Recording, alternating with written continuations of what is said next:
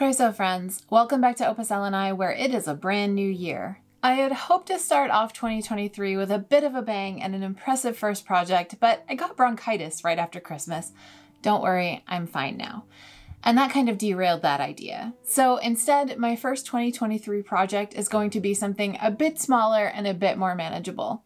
And I think there's a valuable message in that too, starting the year off at a pace that is sustainable in the long run. One of my project goals this year is to make one complete late period outfit. Partner's preferred time period is Elizabethan England, and I'd like to have something to wear that will coordinate with him. I need to make a new kirtle, but I have been wanting to wait until the newly released Typical Tudor book came in the mail. And while I was waiting for that, I figured that it would be a good idea to make a couple of accessories that I am going to need in order to be a well put together and respectable lady. Specifically, I need to replace my coif that you can see here. It had always been just a bit too small, and I ended up passing it to a friend who has less hair than I have, for whom it works perfectly. But that means I need a new one, and I figured that I may as well make a matching forehead cloth, which is a triangle of cloth worn kerchief style underneath the coif. Since I still have some of the pre-embroidered fabric that my old coif was made out of, this should make for an easy, relaxing, hand-sewn first project of 2023. So everyone, go grab your cuppa. Today I am drinking a Xerofail by Tabletop Teas. It is a white tea that tastes like Petit Fours and is quite good in the afternoon with a croissant. Let's get into it. Firstly, we need a pattern. This pattern of mine was originally from one I found on the internet ages ago. Maybe from the Elizabethan costuming group on Facebook? I can't remember, and it's had a number of alterations to better fit my head and all my hair. For a while, it wasn't entirely clear how coifs like this were constructed. Based on a lot of drawings and paintings of Elizabethan women, there was a pattern that was a bit of a reenactorism consisting of a gathered bag at the back of the head and a flat brim at the front of the head. Now we know better how a one-piece coif like this, a rectangle with mirrored sine wave curves on the short ends, can be gathered and tied to look like those drawings and paintings. I'm using fabric you may recognize. I made my Elizabethan pockets out of it. It was given to me by a friend a few years ago, and I've been slowly chipping away at it. It makes me happy to be able to have fabric in my stash to use on projects over and over. It creates a continuity of scarcity that I really feel connects to how narrow a range of fabrics might have been available to an Elizabethan seamstress.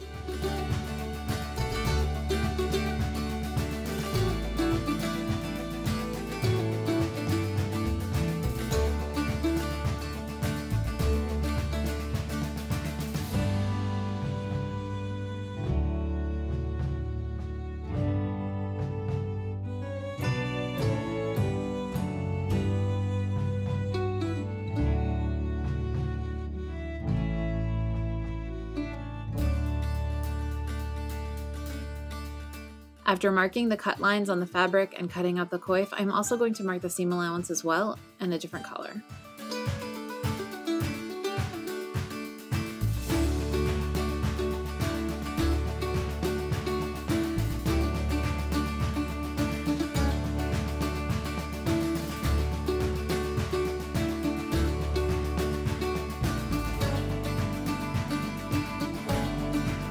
The forehead cloth is just a right triangle with the hypotenuse on the bias, and that length is the measurement around my head.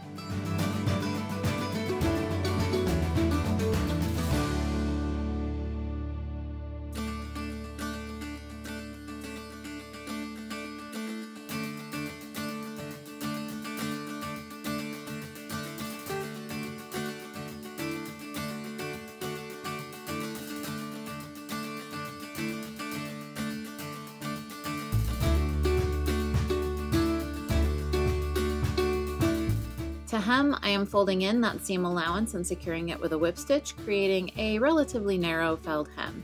I honestly think I would skip marking the allowances in future and just make the tiniest rolled hem around the sides and top that I could, rather than trying to use the entire seam allowance for the hem, which was difficult around the curves.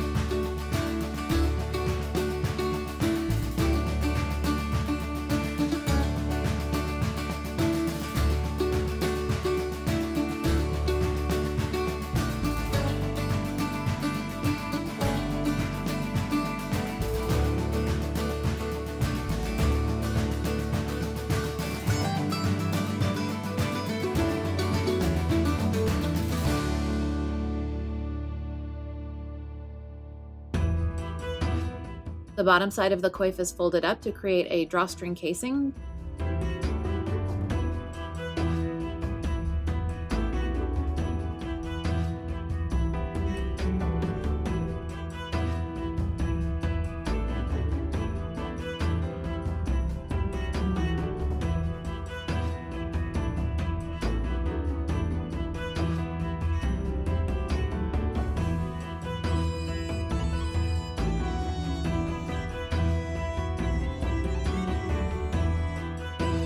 I spent so much time on partner's couch at the end of 2022 hand sewing because I was so sick and exhausted. I literally couldn't be upright and out of bed for more than a couple of hours at a time, and I was so glad I had a small project to keep my hands busy and keep me from being bored.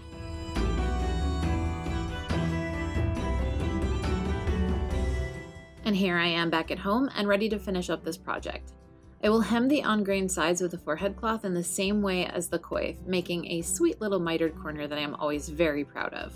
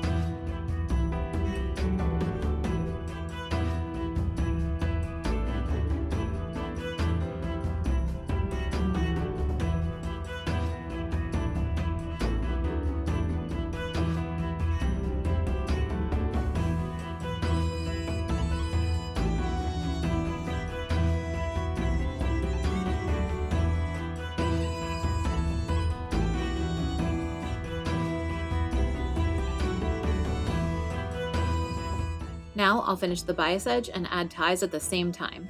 After cutting a length of 5/8 inch twill tape and marking the middle of both it and the head cloth, I'm going to sew the one to the other with a running back stitch.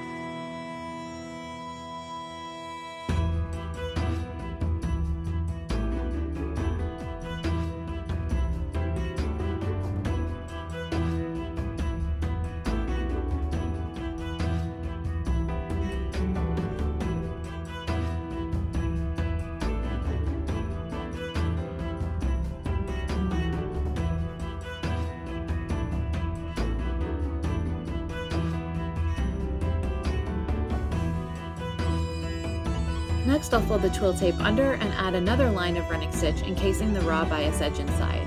I also double folded and secured the ends of the twill tape off camera.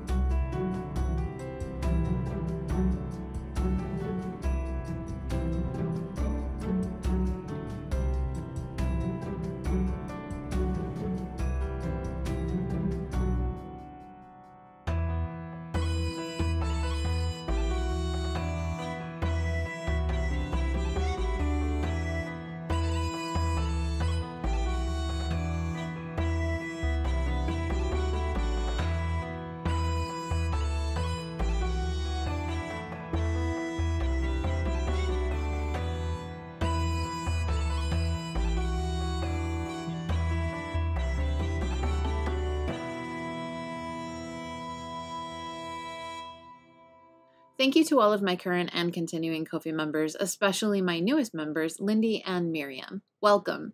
Your support and the support of all my croissants makes it easier to do what I do and to provide quality content for everyone. Thank you all so much.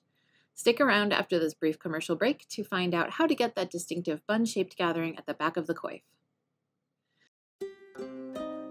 I'm sewing the first 6 inches of the top seam together starting at the front point.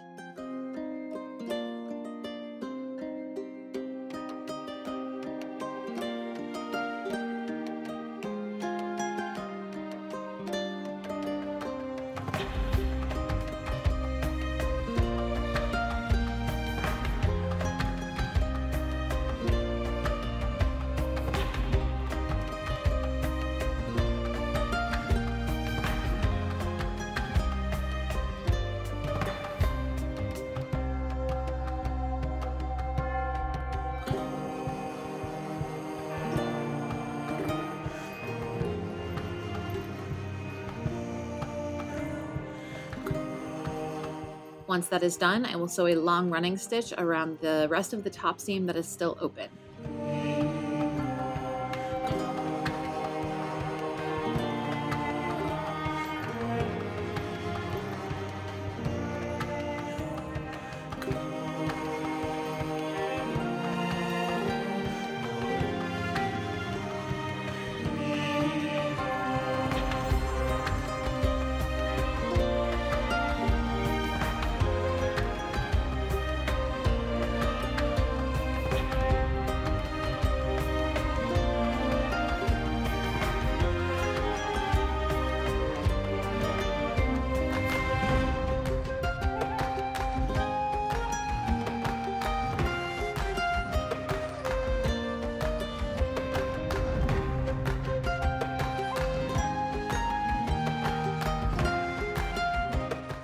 Once I gather those stitches tight, I'll bring the needle and thread to the inside of the coif and stabilize the gathers by using a back stitch to secure each one to its neighbors.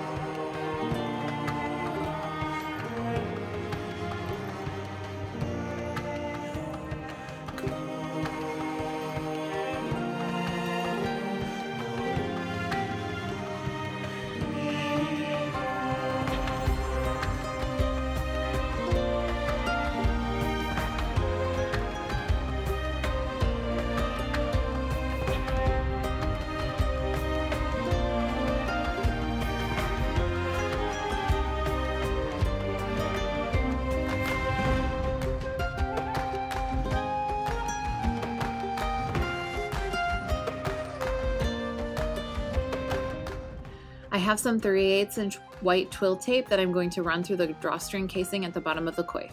The gathers at the bottom and top of the back of the coif will create a pocket that will accommodate my hair.